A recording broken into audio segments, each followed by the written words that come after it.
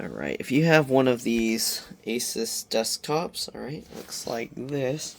I don't know if I can get a good look for you guys, but there's an ASUS desktop, you can see that.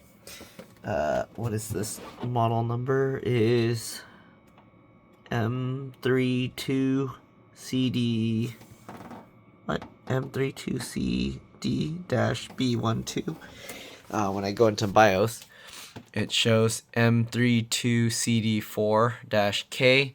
Let me show you, it's having one of the drivers that's not installing, so let me log into Windows and show you what I mean. Okay, so we're in Windows right now. What we're going to do is we're going to right click this and we're going to go to the device manager. And in the device manager, if you see this, PCI simple communication controller is missing. Okay, here's what you do. Right click that, go to properties. From there, you want to go to details. In here, go to hardware IDs. We're going to right click the first one, copy. Okay, we're going to click OK. We don't need that anymore, but we'll open up a web browser. I'm just going to open up Chrome, but you can open up Edge, it doesn't matter.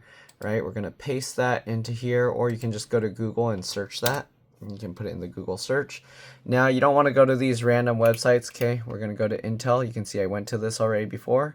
Error on PCI simple communication controller and device. Then we're going to scroll down. Obviously, you can use the driver support and stuff, but we're going to just download it directly. This Intel Management Engine consumer driver for Windows. It's not really a NUC, but pretty much the same thing. You see this Intel Management Engine consumer driver for this. We'll download that. Okay, just save it to your desktop. Wait for that to finish downloading. Okay, once that's done, you can close your browser. You'll get the little folder here. You can right click. All right, and then we're going to extract all. Then it's going to show this. It should just go to the same folder that you have it in. So we're on desktop. We're going to extract it. Okay, this will come out. Now the software, the driver's extracted. Wait till this completely finishes. Not sure why it's stuck there. It should be done already. There we go. Okay, it auto opened the folder, but if it didn't, just double click the folder. You'll get this. And then double click the setup ME.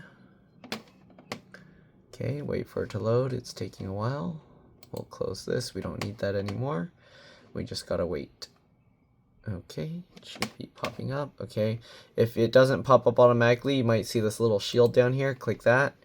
Click yes. Okay, and here you'll see the Intel Management Engine components. Click next. All right, accept the license. Click next again. Click next again.